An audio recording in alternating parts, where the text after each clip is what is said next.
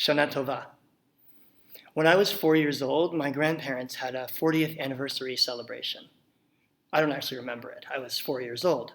But what I do remember is the invitation, which, after listing the time, date, location of the party, had the following line: "Your presence, not your presence, please."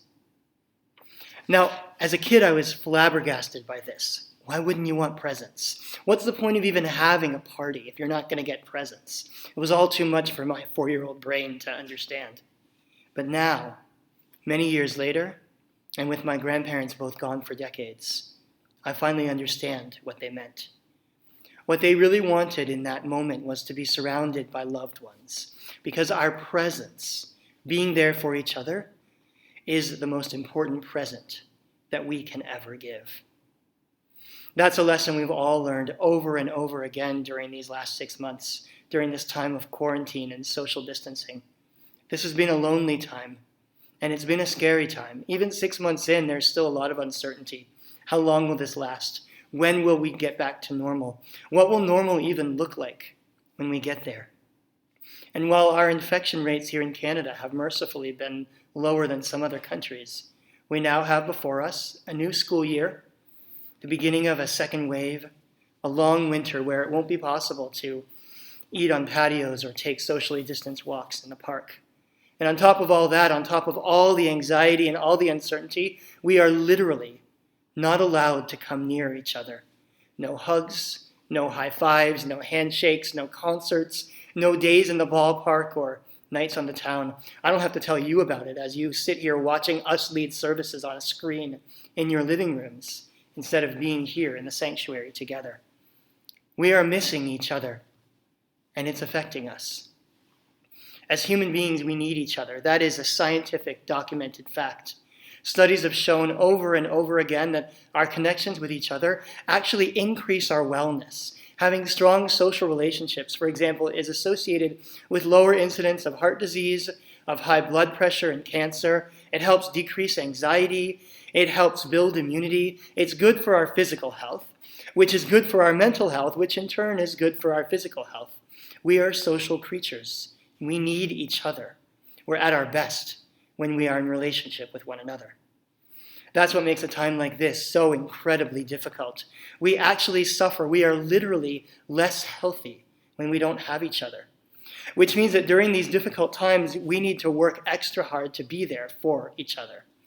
The Torah portion that we read this morning on Rosh Hashanah tells the story of two people who are there for each other in the most difficult of times. The two are Abraham and his son Isaac, and the scenario, as we know, is that Abraham has been commanded by God to offer Isaac as a sacrifice. Now, we know the end of the story, and we know that in the end he doesn't have to do it, but Abraham and Isaac don't know that. And we can imagine that as they make their way across the hills to the place that's been designated for the sacrifice, that it is the most terrifying, disconnecting moment of their lives. The Torah describes them as walking along in silence, as if they just don't know what to say to each other, until finally Isaac speaks. Vayomer Yitzchak el Avraham aviv, Isaac called out to his father, Vayomer Hineini bani, and Abraham answered, Hineini, here I am, my son. So Isaac asked, here is the firestone and here is the wood, but where is the sheep for the offering? And Abraham said, God will see to the sheep, my son. And it concludes, Vayelchu shnehem yachdav. And then the two of them walked on together. So in these two short verses, the entire feeling of the narrative shifts. Where previously they were walking separately, disconnectedly, in silence. Now it says, Vayelchu shnehem yachdav. They walked forward together. So what's happened to facilitate that shift, the closeness between the two?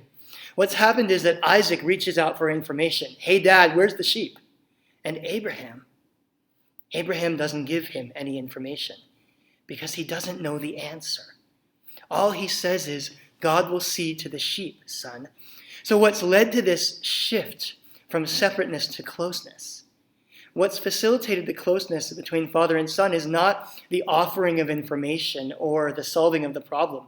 The problem is not solved. They're still in this hard place. What's facilitated it is that when Isaac reached out to his father, Abraham said, Hineini. Abraham said, I'm here. In the hardest of times, in those moments when we feel most afraid, most disconnected, most unsure, the most important thing we can offer one another is our presence. That is maybe the most important lesson of the 2020 pandemic. During this time of anxiety, we have needed each other more than ever. And during this time of social distancing, we've had to get creative about how we reach out to each other. Think about the ways that you've connected with loved ones in the last 6 months. For example, the Zoom Passover Seder, the Facebook Live Shabbat service, the FaceTime family conference call, the socially distanced circle of friends in the driveway with every chair at least 6 feet apart, or my favorite, the indoor-outdoor wave to the grandchildren through the window while talking to them on the cell phone. Our technologies, as imperfect as they are, they've allowed us the blessing of continuing to connect with each other. Our technologies have given us the gift of affiliation and connection that's so important, so crucial to who we are. In that sense, we're very lucky to be going through this in 2020, rather than in 1920 or 1520, when those technologies didn't exist yet. But interestingly enough, our ancestors, who lived long before the advent of video conferencing software, they were also thinking about the importance of affiliation and connection in difficult times. And they were also getting creative. The Talmud tells this presumably true story, that once, in about the 3rd century or so, a sage by the name of Rabbi Yitzchak noticed that his colleague Rav Nachman was absent from daily prayers. So he stopped by Rav Nachman's house to find out what was going on. Rav Nachman, we've missed you, he greeted his friend. Where have you been? Rav Nachman replied that he was sick and not able to get to the synagogue. Rabbi Yitzchak replied, well, if you can't make it to shul, why don't we bring the shul to you? We'll just gather up 10 people and come over to your house to pray with you. But Rav Nachman rejected that idea. He didn't feel up to it, he said, and he didn't want to ask that of the community members. So Rabbi Yitzchak thought it over and came up with another solution. Community is important, he said, and here's what we'll do. When the prayers at the synagogue are about to begin, we will send a messenger to your home to let you know. That way, even if you can't pray with the community, you can still pray at the same time as the community, and thus you'll be a part of us.